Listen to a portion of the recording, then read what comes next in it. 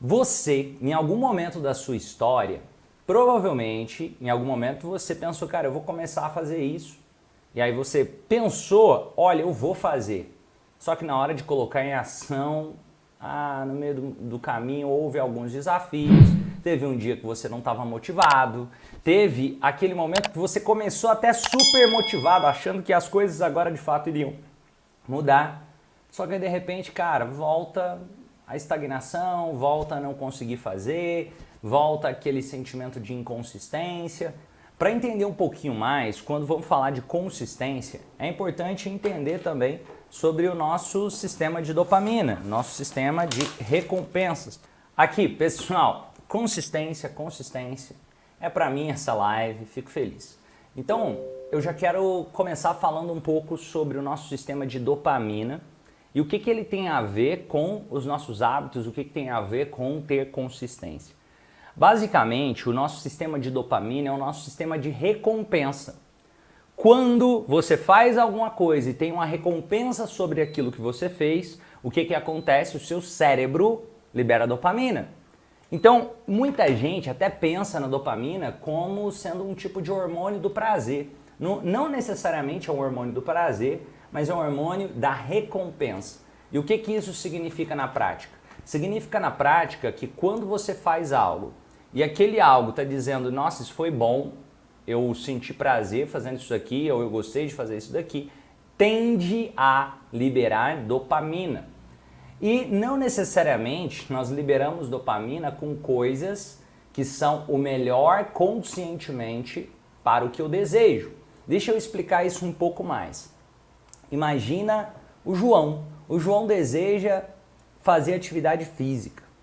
Aí, logo no primeiro dia, ele acorda de manhã, está motivado, vai fazer atividade física. No segundo dia, o que pode acontecer com o João?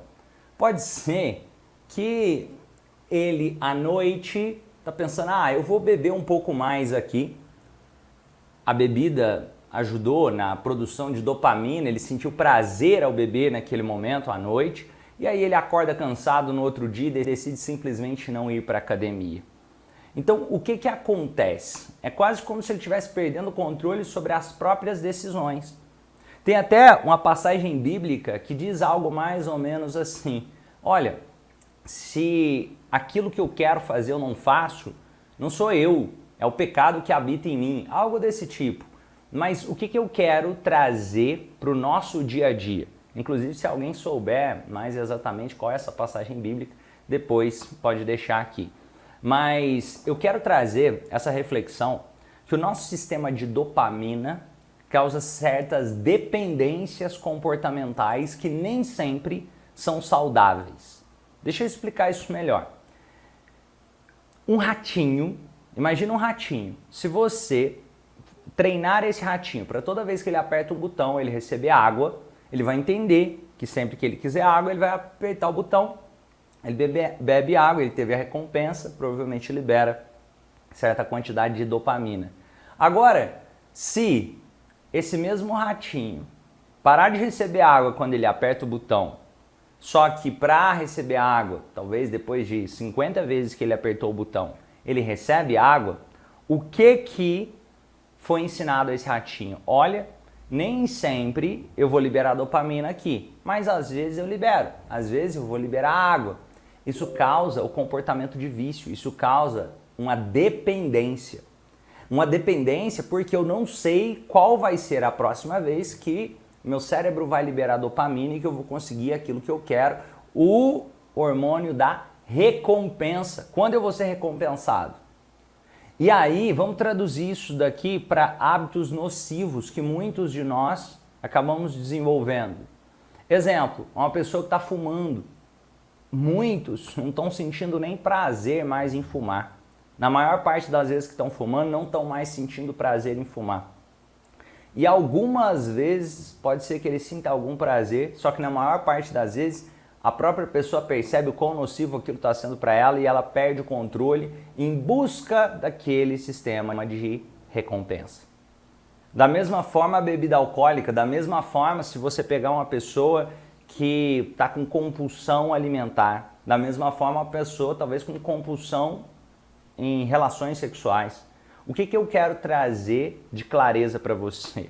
Se você buscar uma vida, se você estiver vivendo uma vida o tempo todo em busca de prazer, as chances são enormes que você vai viver prazeres em migalhas. Anota isso que eu estou falando.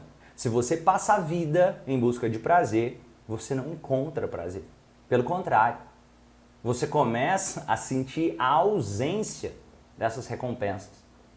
É exatamente como, imagina uma criança que está descobrindo o mundo. O quão interessante as coisas são para essa criança. O quanto ela se encanta e percebe inclusive você. Em um dia tranquilo, quando você poderia conversar com seus pais, com seus familiares, com pessoas, amigos. Sabe aquele momento onde você está parado, perto de alguém que você gosta, talvez conversando, coisa simples, nada demais. Mas você sente que esse momento foi especial? Você sentiu prazer nesse momento? Sabe o que faz você conseguir sentir prazer em momentos onde não está acontecendo nada demais? É porque você não está necessariamente só em busca da dopamina. Uma pessoa que está dependente de um vício comportamental o tempo todo, ela começa a ter dificuldade de sentir prazer em coisas antes onde ela sentia prazer. Começa a parecer entediante conversar com outro ser humano. Coisas simples do dia a dia. Começa a parecer entediante viver a vida. Começa a parecer que a vida só é naquele momento que está havendo uma relação sexual, que está havendo consumo de droga, que está havendo algum tipo de estimulação à dopamina de forma externa, e aí cada vez maior vai ficando esse buraco mais vazio e de repente a pessoa começa a se perder dela mesma e fala, caramba, cadê eu aqui? O seu cérebro começa a quase que definhar, desregular o sistema dopaminérgico. E Romani, peraí, vamos voltar alguns passos para entender, eu ainda não estou assim, ou mesmo que eu já esteja, como eu posso regular isso? 3 coisas que eu gosto de dizer é mente biológica, racional e emocional. Emocional, reajustar as emoções. Por quê? As minhas emoções, os meus sentimentos dizem muito sobre o que eu acredito sobre minha vida, minha identidade, o que eu acredito ser capaz ou incapaz de fazer. Elas regulam muito os meus comportamentos. E se eu fizer um ajuste nesse processo de autoconhecimento, vai ficar mais fácil de terminar o que eu começo, de regular o meu sistema dopaminérgico. E da mesma forma, a mente biológica é cuidar do corpo, coisa simples. Dormir melhor, fazer atividade física, comer melhor, coisa simples. Romani, mas eu sei o que eu preciso fazer e ainda assim eu não consigo fazer. Quer ver? Olha que incrível. Quem aqui tem algo que gostaria de fazer, sabe o que é e mesmo assim não consegue fazer? Quem aqui? Eu, comer doce e assim por diante. O que eu quero trazer? Pensa isso. 2 decisões, sim ou não? Sim ou não? Vamos fazer um acordo entre nós.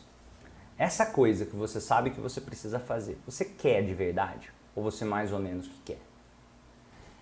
Eu vou trazer algumas coisas que vão te ajudar a chegar mais longe naquilo que você deseja realizar. A primeira delas é começar a entender mais o seu sistema dopaminérgico e usá-lo a seu favor em exemplos como esse que eu vou dar.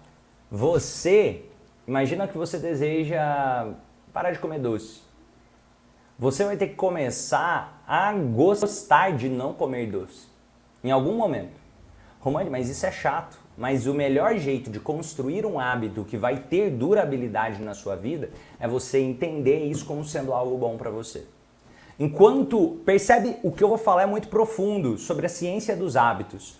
Uma pessoa que deseja começar algo, mas ela acha chato fazer aquele algo, tem gente que até fala o seguinte, olha, mesmo que seja chato, vai lá e faz.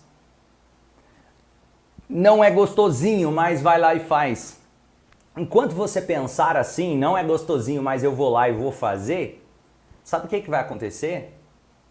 você vai ter dificuldade de manter esse hábito. Porque qualquer problema que tiver no dia a dia, é fácil, vai ficar mais fácil voltar para o antigo hábito. No momento que você consegue enxergar os benefícios e enxergar que esse é o estilo de vida que você está escolhendo, não porque é chato e eu vou fazer sendo chato, e sim porque eu estou encontrando um propósito naquilo que eu quero realizar. E esse é um meio para chegar nesse propósito. Exemplo, eu quero comer menos doce. Se for comer menos doce, o que isso vai trazer de benefício para você? E começar a fazer com que isso entre na sua alma. Eu quero trazer uma reflexão para entender o quanto isso é importante para a consolidação de hábitos. Quanto tempo uma pessoa demora para consolidar o hábito de fazer, vou colocar, ir para academia pela manhã? Quanto tempo vocês acham que uma pessoa demoraria para consolidar o hábito de ir para academia pela manhã? Uma pessoa que está sedentária, não está fazendo atividade física, em quanto tempo ela vai conseguir consolidar esse hábito? Escreve aqui na sua opinião. Escreve nos comentários que eu quero ler qual a sua visão. Quanto tempo uma pessoa que está sedentária, se ela começar a ir para academia frequentemente, em quanto tempo mais ou menos ela vai conseguir manter o hábito de ir para academia? As respostas podem ser variadas. Algumas pessoas vão falar, olha, 21 dias. Algumas pessoas 3 meses, outras pessoas 1 mês. A questão é que nenhuma dessas respostas é a resposta. Por exemplo, a Paty colocou 21 dias. Paty, não existe nenhuma pesquisa científica que diz que é 21 dias. Olha isso. Isso é só um mito urbano. O que vai fazer uma pessoa consolidar um hábito? Ela começar a gostar daquilo que ela está fazendo. Pode ser, o James colocou 1 mês. Quem conhece alguém que já foi o primeiro mês na academia e largou? Olha aqui, eu quero trazer essa reflexão junto com vocês. Quem conhece alguém que ficou 1 ano na academia e largou? 6 meses na academia e largou? Então, o que eu quero trazer de reflexão? Que sabe quando vira um hábito? Quando ela começa a gostar daquilo ou aquilo começa a fazer sentido. Melhor do que gostar. Quando aquilo começa a fazer sentido.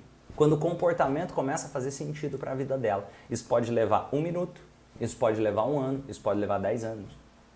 Quanto mais você olhar para aquilo que você está fazendo e ver sentido, significado no que você está fazendo, mais rápido vai se tornar um hábito.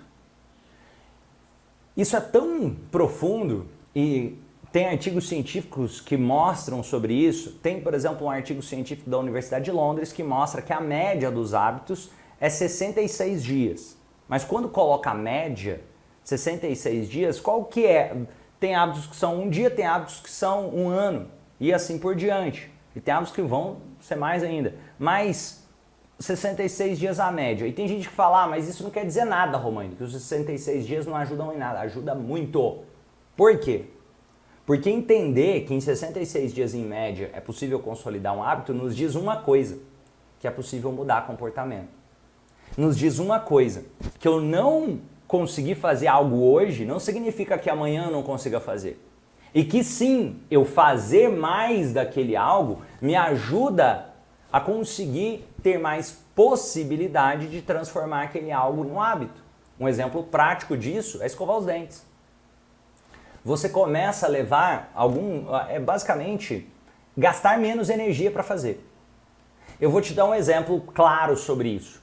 Quando você vai dirigir a primeira vez, você gasta muita energia. Você tem que usar muito do seu lógico, do seu racional. Mas logo depois de um tempo, quando você começa a dirigir mais vezes, você não precisa pensar para fazer aquilo. Você consegue ligar o carro, andar de carro, você não precisa pensar muito. Porque vai se tornando automático. E sim, é possível automatizar comportamentos. Até mesmo o comportamento de ir para a academia. Mas mesmo que ele seja um comportamento automático, não quer dizer que vai ser fácil para você ir na academia se você não gostar de ir para a academia. Eu vou te dar um exemplo. Dirigir é um comportamento automático para mim. Mas ainda assim eu não sou um cara mais fã de dirigir. Mas eu sei fazer, eu sei dirigir com o pé nas costas, fácil. Simples, eu não preciso pensar na hora que eu estou dirigindo. Mas ainda assim, se eu tiver a possibilidade, eu prefiro que alguém dirija no meu lugar. E tem gente que ama dirigir. Essa pessoa que ama dirigir, ela vai ter muito mais facilidade para consolidar um hábito na hora de começar a dirigir. E o hábito é o mesmo, mas os seres humanos são diferentes. Então, o que eu posso trabalhar? Dar significado para aquilo que eu estou fazendo. Eu vou te dar um exemplo prático sobre isso. Vamos dar um exemplo no fisiculturismo. O que a galera que faz academia com afinco e que tem resultados expressivos tem em comum? Se você olhar um bodybuilder ou um fisiculturista, ele é obcecado por aquilo que ele faz. Ele é obcecado pela alimentação, pelo treino, por entender os exercícios. É isso que faz ele conseguir fazer e ter o resultado que ele tem. Se ele achasse que aquilo é chato e ele está fazendo só para ganhar o campeonato, seria impossível ele ganhar o campeonato. Impossível. Ele não conseguiria, zero chance de um cara ganhar o campeonato de Mister Olímpia sem entender sobre atividade física, sem entender sobre construção de massa muscular. Porque ele não vai conseguir sustentar esse resultado no longo prazo como outros conseguiriam, vendo sentido naquilo que estão fazendo. Então é extremamente importante começar a ver sentido naquilo que você está fazendo. E aí eu quero trazer um exemplo de um artigo científico que é muito curioso, do Guiyang Wu, e basicamente ele faz o seguinte: ele separa dois grupos. O primeiro grupo começa a de fato fazer atividade física. O segundo grupo não faz nada e mede eles antes e depois. Na verdade são 3 grupos. E um terceiro grupo, ele simplesmente, no momento onde iria fazer atividade física, eles não fazem atividade física, mas eles ficam alguns minutos imaginando que estão fazendo exercício de bíceps. Então, o primeiro grupo, eles fazem exercício de bíceps. O segundo grupo não fazem atividade física nenhuma. O terceiro grupo ficam parados, mas imaginando que eles estão fazendo atividade de bíceps. O mais incrível é que cerca de 3 semanas depois, aquele grupo que só imaginou estar fazendo atividade de bíceps teve aumento de ganho de massa muscular e aumento do tamanho do bíceps. Percebe o quanto a sua visão sobre o que vai acontecer também transforma os seus resultados? Romani, me dá mais exemplos, eu vou te dar outro exemplo. Tem um outro artigo científico que mostra, basicamente, pessoas que trabalham em hotéis, limpando hotéis, camareiras de hotéis, pessoas que trabalham em hotéis fazendo a limpeza do hotel. E o que me chama a atenção nessa pesquisa é a seguinte: eles separam em grupos.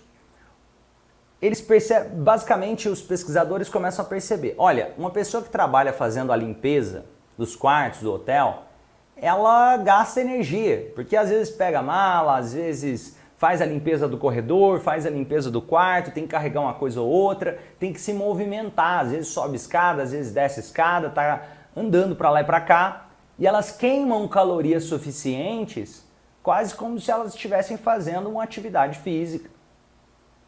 E um grupo que já trabalhava em hotéis, eles começam a medir o ganho de massa muscular dessas pessoas. E curiosamente, essas pessoas não têm tanto ganho. Agora, mesmo fazendo uma quantidade significante de atividade física. Agora, um segundo grupo que basicamente não sabia da informação do primeiro grupo, mas esse segundo grupo foi orientado e disseram para as faxineiras, disseram para elas, olha, esse tipo de atividade que vocês fazem é mais do que o recomendado pelo Ministério da Saúde para conseguir manter um físico legal. E isso pode impactar em ganho de massa muscular para vocês. O simples ato de avisar para quem estava limpando os quartos nos hotéis que essas pessoas estavam fazendo atividade física e tinham chance de ganhar massa muscular com aquilo, fez com que, na segunda medição, houvesse real de ganho de massa muscular nesse segundo grupo. Olha que incrível! Percebe-se então que aquilo que eu acredito sobre uma tarefa, o significado que eu dou para uma tarefa, influencia diretamente nos meus resultados sobre a tarefa em si. Então, o quanto é importante começar a ampliar as nossas referências para começar a gostar e ver sentido naquilo que eu quero fazer mais para a minha vida. Eu vou te dar um exemplo prático. Imagine agora que você começa a desejar, vou colocar coisas que a maior parte de nós não fez. Eu estou olhando para uma janela aqui, você deseja se tornar limpador de janela, de prédios, que tem que pendurar de rapel. Por que é difícil, e você vai achar difícil inicialmente, e você talvez nem tenha tanto interesse sobre isso inicialmente? Porque talvez você nunca tenha feito rapel, não tenha limpado uma janela do lado de fora de um prédio, e tenha vários outras questões que podem ser limitadores, inibidores. Enquanto que uma pessoa que em algum momento ela começa a transformar isso em um hábito, ela começa a estudar sobre esse assunto, ela começa a se interessar sobre esse assunto, ela amplia as referências. Exemplo que você deseja começar a esquiar na neve. Se você quiser ficar bom nisso, em algum momento você vai estudar sobre esquiar na neve, você vai conversar com pessoas que esquiam na neve, você vai ampliar as suas referências. Então você quer dirigir? Comece ampliando as suas referências sobre dirigir. Comece se interessando por aquele assunto. Comece dando um novo significado para aquilo que você deseja fazer. Você deseja eliminar comidas que não são legais?